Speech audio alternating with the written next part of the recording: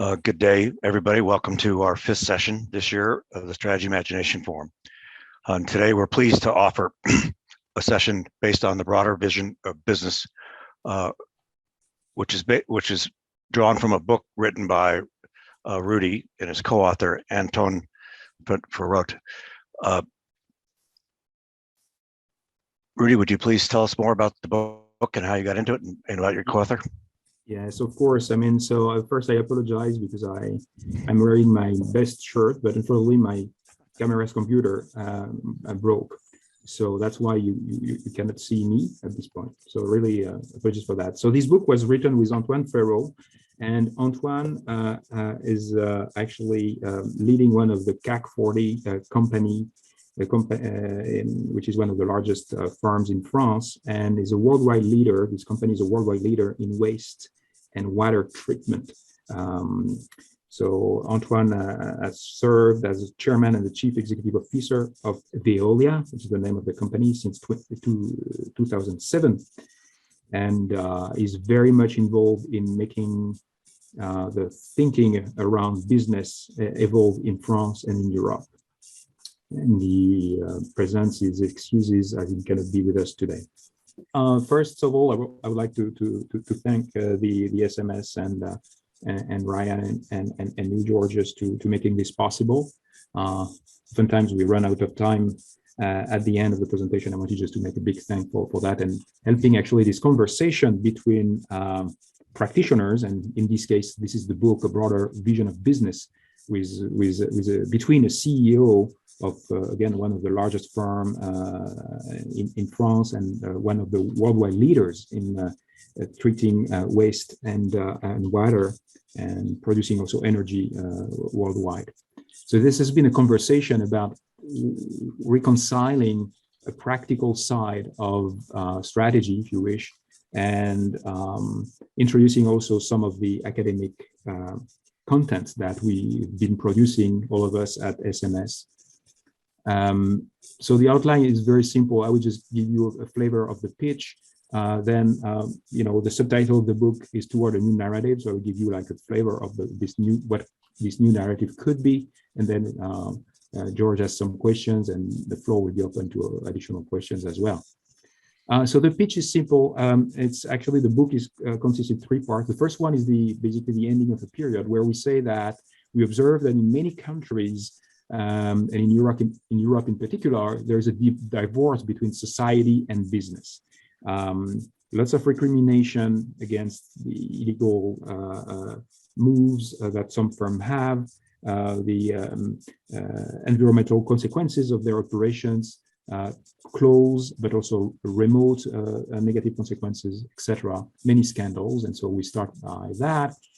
Also, we refer to lots of discussions about the profit as an incomplete or the misleading performance metrics. So all this stream in, for instance, economics about GDP and growth as maybe wrong indicators, and at the firm level or business level, some discussions about profit as being very narrow and not including many of the different dimensions of a firm's operations and actions. Therefore, we say that there was an era where the shareholder value maximization mantra was really dominant, and we say it's basically the 80s until 2008, and we see really the decade 2008 till the COVID crisis as being a pivotal time for this contestation of the shareholder value maximization. The dominance of the model was based on three, if you wish, rationales. One was that the policymakers really embraced, as we all know, I mean, let's say, Friedmanian view of the firm. It was efficient, actually. It produced good results, and the organizations, the firm, the corporates, became to be more efficient. At the same time, the market's efficiency was also increasing, the computerization of the exchanges, etc., etc. So I think we think it provided benefits to many, and also because there was the academic backing, because the agency theory and other related theories, seeing the firms as a nexus of contracts, for instance, was simple to teach, easy to model, and was producing recipes actually to decide for decision makers. And so we include here the academia in the momentum that this view had. Then, starting in the, after the financial crisis of 2008, some people started to say, okay, I mean, the benefits that were produced were significant, but actually lots of negative externalities were not accounted for, and now are so visible in the fact that social inequalities actually in many countries in the world do not reduce, but actually increase, that the proportion of wealth that is acquired by some is probably excessive relative to what the many get, and also that the premises of the Friedmanian firm, that the shareholders own the firm, which can be useful, from a theoretical perspective and for developing practical insights from these reduced models, where these premises actually are wrong, because actually shareholders do not own the firm, they own shares, and the firm as a legal entity has its own independence, life, if you wish, and objective and social interests in some, to use some terminology, in some European continental European countries. And therefore, boards start feeling the heat. They are questioned from inside the firm, from outside, asking them, what do you do about these externalities? What is the model that you are offering to share the value you generate? And Antoine and some others actually gathered and reflected on this. And so therefore we say that maybe there's the dawn of a broader vision that is taking place. We are not super at ease with CSR and stakeholder theory as let's say, practical theories for decision makers. Of course, they have their value, but we say that at best they are sparring partners for the shareholder value maximization principles. They are difficult to implement, despite the fact that the research has shown that, let's say, CSR-oriented, ESG-oriented companies do benefit from some advantages in terms of employee engagement, in terms of employee retention, innovation, long-term orientation, that this has been proven, but it's not enough actually to make, in practice, these theories to be operational. So therefore, we say that post-crisis, so we did not have Ukraine crisis as we were writing this, but we are in the midst of COVID crisis. So we said that actually we were not surprised just to see the theme of purpose and reinventing business purpose kicking in quite big, both in North America and in Europe. And so perhaps these different things mark the dawn of a broader vision, and we give lots of facts about these things happening. And so we say that, so the shareholder is probably, relevant in certain, limited way as a metaphor. So if it's not taken too seriously, that actually the premises that it's based upon actually are approximation, are wrong. So it could be useful, but at the same time, the stakeholder, could be also useful, but both of them are relatively impractical. If we want really to capture all the effects, including the environmental footprint or impact and the social consequences of the firm's actions at a global scale. And therefore we say, hey, so this is the extended enterprise is actually the term that the Veolia, well, Antoine Frérot and his board and Veolia has taken, saying that actually they want to see the firm as an extended way, not just based on a nexus of contracts, but that relies on the perceived usefulness of the firm for some of its surrounding parties that we could call in this case stakeholders. but only the one with which it has a direct on which it has a direct influence.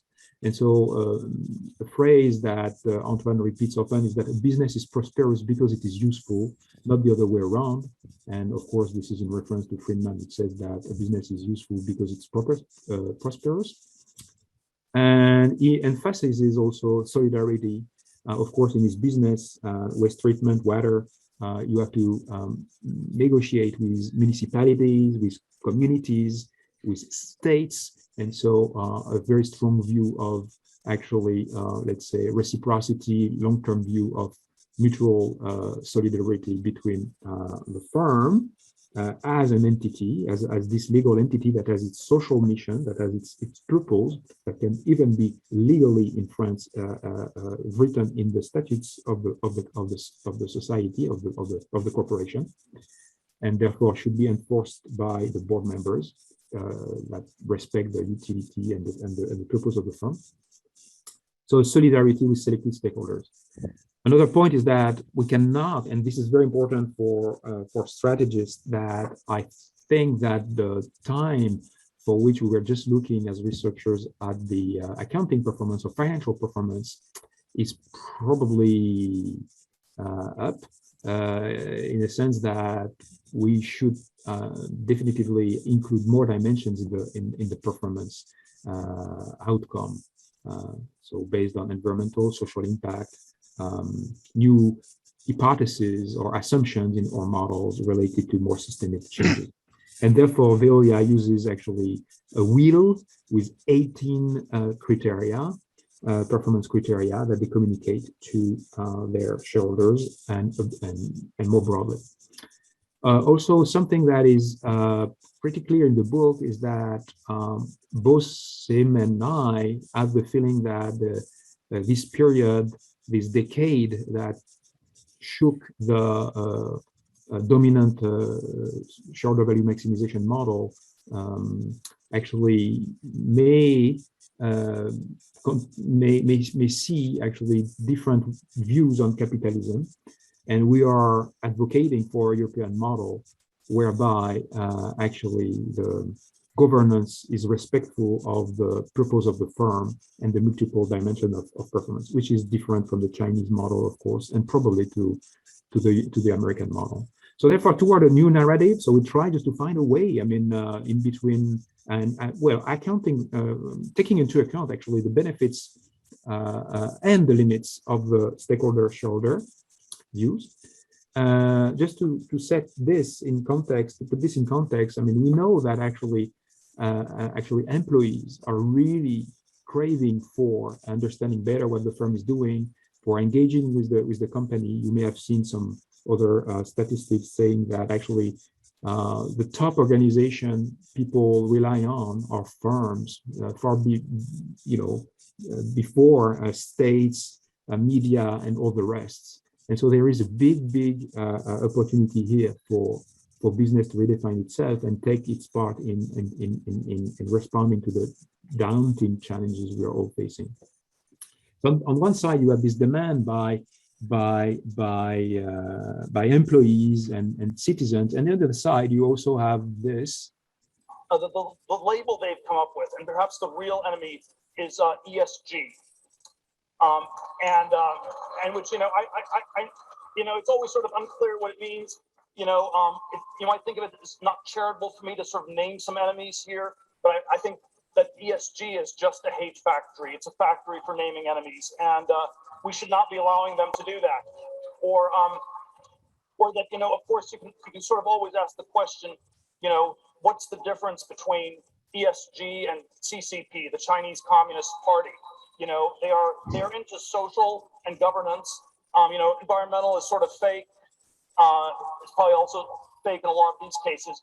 But I always think when you think ESG, you should be thinking CCP. So that's not surprising for a libertarian, of course, just to associate ESG with state and, of course, central state and centralization. And therefore you have this big push against introducing this plurality of performance definition. So performance should be only financial. The speech by Thiel goes on about saying that actually HR directors, even CFOs and compliance are actually state interventions in the company. So I'm just putting this here just to say that actually the definition of the firm, its social mission, its role relative to what states are, what common goods are, is really on the table. And of course, the stakeholder theory, as we have known it for decades, has not been included in practice because it's facing difficult questions that the shareholder review has no problem answering. So, for instance, is it possible to agree on what characterizes the different interests of stakeholders? So if you start to list the stakeholders and ask what are their interests, so it becomes complicated, and you have discussions. Whereas if you ask the same thing for shareholders, you have no problem answering this question. Is it possible to base decision on a principle that involves many dimensions and many parties? So how do you organize this? How do you hierarchize them, prioritize? Same thing. I mean, if you take your business units, shareholder value maximization, it's not so complicated. Is it possible to account for the social and environmental dimensions that concern the consumer? Well, you don't really care if you take a non-stakeholder perspective, because you say that everything is in the demand curve, and the price is the adjusting variable that will actually capture that. So the stakeholder theory, by listing the multiple stakeholders, by proposing different kinds of decision processes, even deliberation, is more cumbersome and is more difficult to implement, less practical for decision makers, and for actually us to teach the new generations of decision makers, and therefore it's difficult for it. And so what we're saying is that perhaps we can have like a third narrative, and of course it's rooted again in what I was saying, let's say clearly not following the Thiel's perspective, and neither actually Thiel's perspective nor the CCP perspective, but just trying at the regional level, just to try to have a definition of democratic level, a parliamentary and governmental level, having a charter with kind of E and S objectives defined. So kind of a framework. For me and Antoine, in mind, we have, of course, a European level, and some of the movements that we have seen at the European Parliament and the Commission in the past weeks, actually, years and weeks. So once you have these broad objectives defined, you let the market play and the firms position themselves. And also, you need just to rely on a different definition of performance that includes some E and S dimensions. And third, you probably need just to have some incentives that associate the decision makers to the, to reaching these objectives. So, for instance, personally, I'm favorable in, having a clear percentage of the bonuses or variable compensation of top executives related to E and S objectives. That's about it. I hope I was not too long. And I'm happy to pursue the discussion. Sure. Rudy, I've had the pleasure of actually reading the book. I liked it a lot, but a couple of questions jumped out that I made notes to myself to ask you when I had a chance. The first is, as an investor, how can an investor tell when he's looking or she's looking at a company that's a broad view company?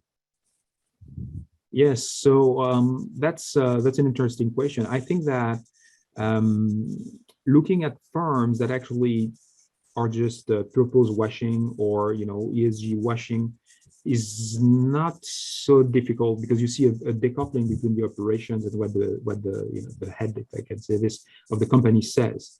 There are also some research that show that even the most aggressive actually investors, such as hedge fund activists, do make a distinction between the, let's say, the companies that have this broader vision, where E and S components and objectives participate in making the firm more profitable. So we have actually a couple of articles with Mark Desjardins that shows that. So that means that the investors, especially professional investors, are able to distinguish, to separate the wheat from the chaff. Just to give an illustration, the operationalization we have made, with Mark and Emilio Marti is in this article is to look at all the conference calls and road shows, etc., in which the top executives actually present the firm and the business model, and we approximate the connection between economic outcomes and their way of speaking about CSR or ESG using modal verbs, future tenses, disconnected syntax, or unclear, what we call vagueness, unclear labels, etc. And what is very interesting is that the more vague they are in connecting these things to the financial performance of the firm, the more they are attacked by the hedge fund activists that find actually that these companies are greenwashing and that they have an opportunity to rally more investors and restructure the company for the benefit of the shareholders. Sorry, it's a long answer, but yes, it's an issue for a lot of different socially oriented movements right now. Is how does one tell if a company is actually making progress and that progress is to the good? We have a question that's from the audience, which is really a statement that we'd like your comment on. Let me read it to you, please. A way to have a comprehensive performance evaluation of an organization is to add the dimensions of caring for the environment and sustainability to the balanced scorecard. Do you have comments on that, Rudy? I think that there are multiple ways actually to include these different objectives, and especially I think we should, as strategists, we should be very more knowledgeable about law and corporate law, because in the US, for instance, you have some firms, some legal in different states. It's the public benefit corporation that exists in different states under different guises, in which actually you don't just need to have a balanced scorecard, etc.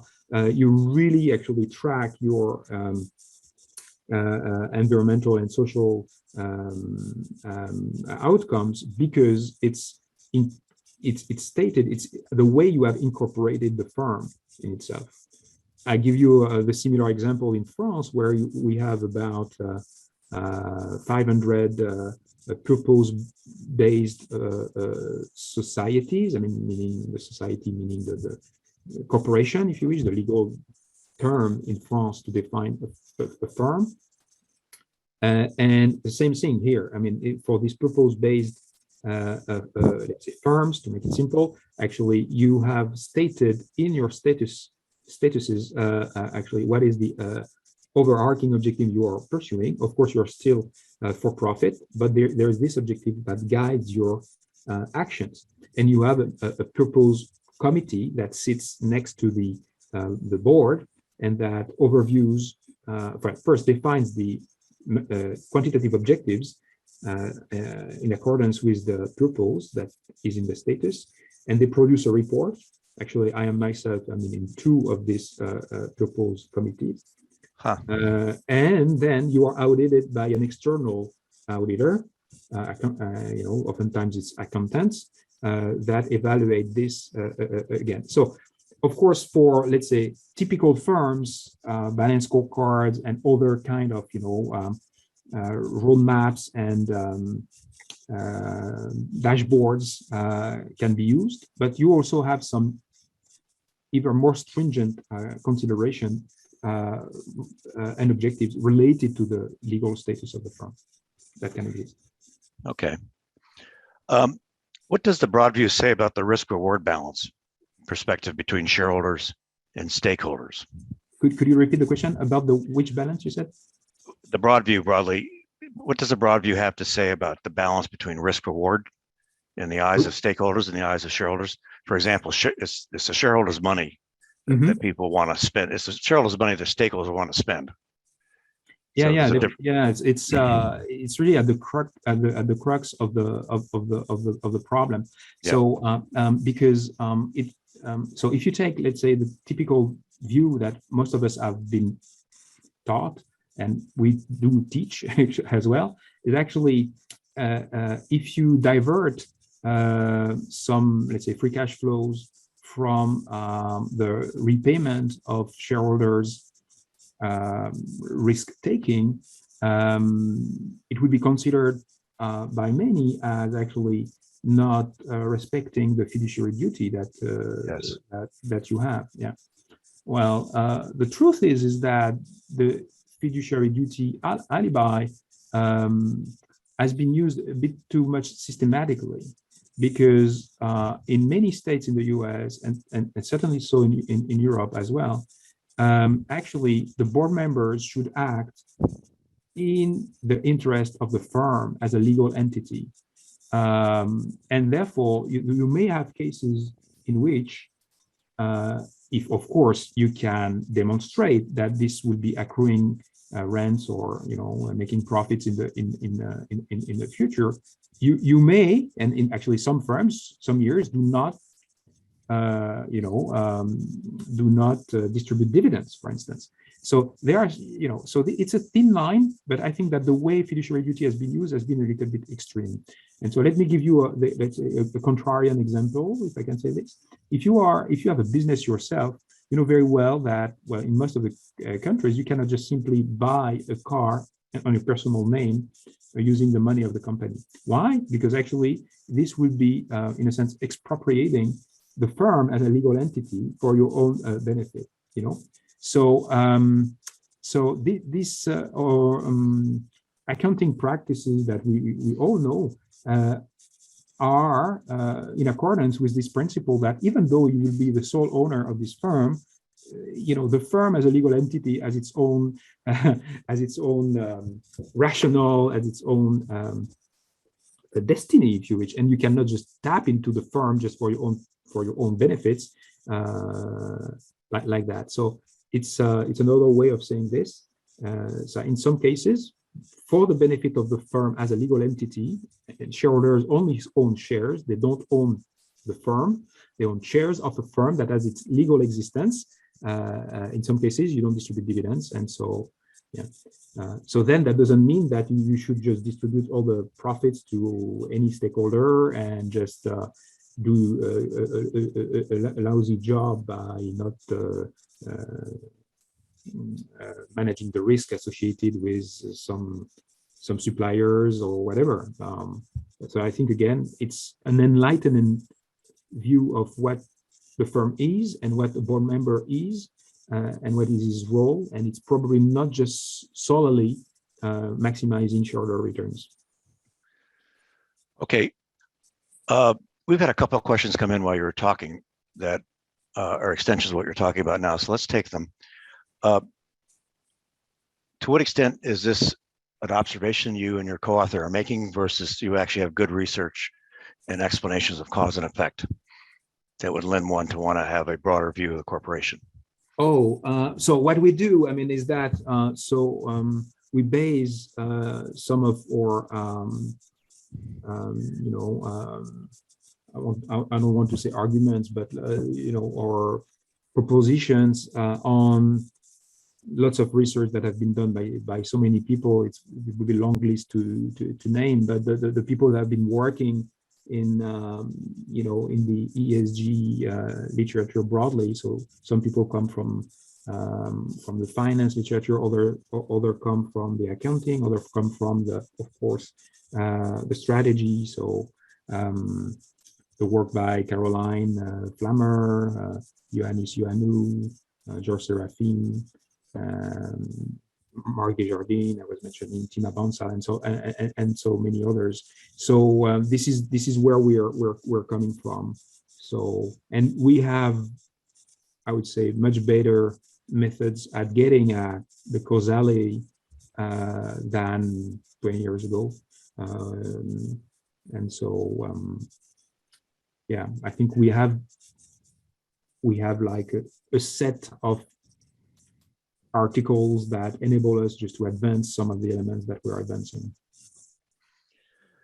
I observed in your book, Rudy, I would say there aren't any numbers. There could be some, but it's not a data intensive book.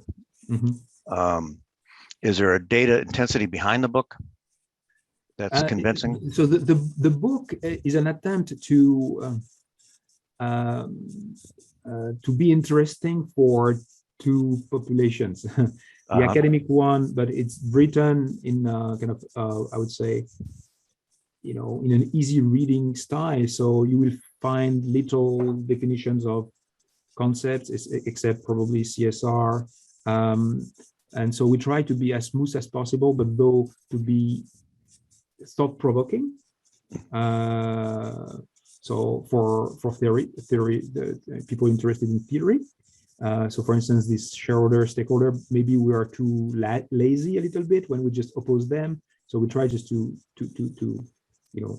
add some questions that may be useful from a research perspective, but we didn't want just to add lots of figures and lots of data and schemas, tables, curves, etc. Because the other population we would like just to attract to this to this reading are really people who don't have much time. They were executives basically, and that can have a good read and say, hey, why? Yeah, it's interesting. And so Antoine Frérot is a celebrity in France because he was one of the first. Veolia was one of the first companies, just even before even the passing of the law, the 2019 law that establishes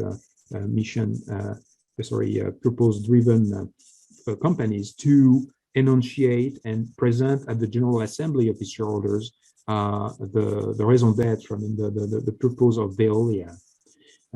So in one sentence and in four pages, with the description of all of it and the multifaceted performance, etc., etc. So he has been well, present in the media, and at the same time, as the book was about to be released, he made the largest hostile takeover in the French economic history for probably 2 decades, and so was lots of attraction because how can you have a purpose that is about just to help people find the resources such as water and recycling, about the waste, etc., just to keep the economy sober, and at the same time just having a strategic move such as a hostile takeover on your 150-year-long enemy, which was Suez Company. And so this also kind of a pledge in this book about saying that purpose or the raison d'être of a company is not just to be pro-social or just do good or have, create happiness or be nice and protect the trees. It's also the way, if you define it well, to be useful to some stakeholders, to build your competitiveness, to grow, and to be a strong competitor worldwide. And so that was this interesting, facet of the plot of the book, if you wish, that we really emphasized more than the heavy data component of it. So we have some notes, of course, where we refer all the articles I was referring before, but there is little data. It's more like a narrative. We wanted it as a narrative. So a couple of questions come in that I want to synthesize into one, Rudy.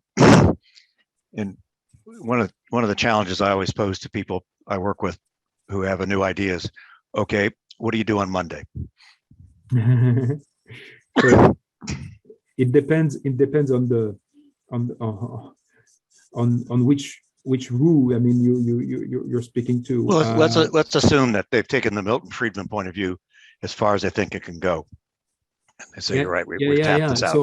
So I participate in a lot of, let's say in several discussions of top executives about, including banks or investors, actually, about how can we redefine a role? What is the promises we can give to our LPs or to our shareholders regarding these different things. So I think that, again, I mean, we should not be normative either. So in the sense that probably not every firm should start thinking, I mean, what do I do beyond financial performance? I mean, some may just say my purpose. I mean, my broad view is just to maximize shareholder value. I mean, I think that's okay.